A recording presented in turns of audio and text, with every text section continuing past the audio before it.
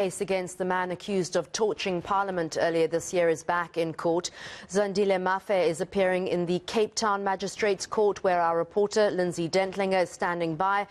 Lindsay, what's happened so far? Has court actually started? Because I know sometimes the magistrates' courts can start a little bit later than anticipated. Well, in fact, Annika, it's already ended, quite swift and a timelier start, and the state quick to the point, telling the court today that they are going to have Mr. Mafe remain in custody for at least another 6 weeks.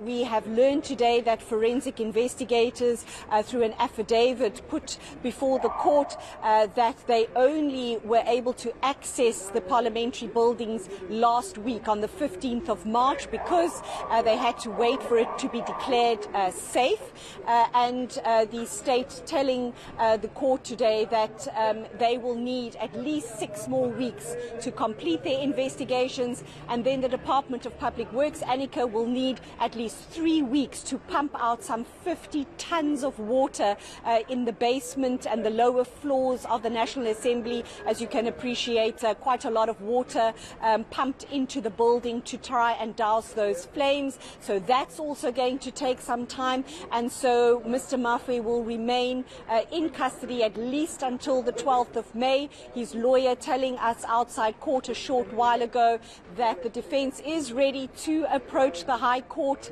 as soon as next week, if there is availability, to challenge that refusal of Mr. Mafe's bail. But in terms of us moving any further forward in this case, it's going to be a number of weeks still before investigators are able to conclude their investigations, Annika. Gosh, Lindsay, I didn't realize there was so much water sitting in Parliament's basement. That's going to be such a massive operation to get that out. In terms of Zandile Mafe's demeanour, he has been referred by the eNCA for psychiatric observation. This was overturned in the High Court. How did he come across to you? I mean, was he fairly relaxed?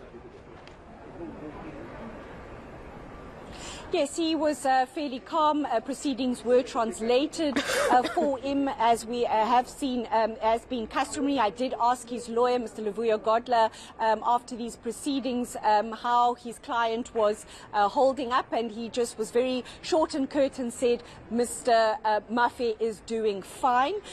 We hear from the NPA. We were expecting possibly today to hear whether Mr. Mafe might have had other accomplices in this matter, and the NPA saying to us that as of now there are still no other suspects identified in this case. But Annika, one important thing that was put before court today, the state says that facial recognition investigations have revealed that it is indeed Mr. Mafe's face on the CCTV footage of Parliament. His lawyer telling us that until they are in possession of that report, they cannot challenge or respond in any way to the state's allegation that Mr. Mafe has now been positively identified on that CCTV footage. But what we do also hear from the state today is that they will have to wait for a full assessment of the damage sustained at Parliament in order for it to make its terrorism and its arson charge stick against Mr. Mafe, because knowing the value of the damage is critical to their case that Mr. Mafe is accused of terrorism and arson, two very, very serious offences, and so therefore the damage sustained, the cost of that damage would have to be determined, Annika. Lindsay, just if I may ask you, because you are based at Parliament, where are sittings taking place, or is it very much like COVID, that committee meetings are taking place on Zoom, etc.? So for now, eNCA committee meetings still continue to be to take place via Zoom in a virtual space. Just yesterday, the DA again saying that Parliament needs to move quicker. It has now been almost 3 months since this fire to find a suitable venue, especially for major plenary sittings. Next week, we expect the House to debate 2 key motions, one of no confidence in the President, another of no confidence in his cabinet.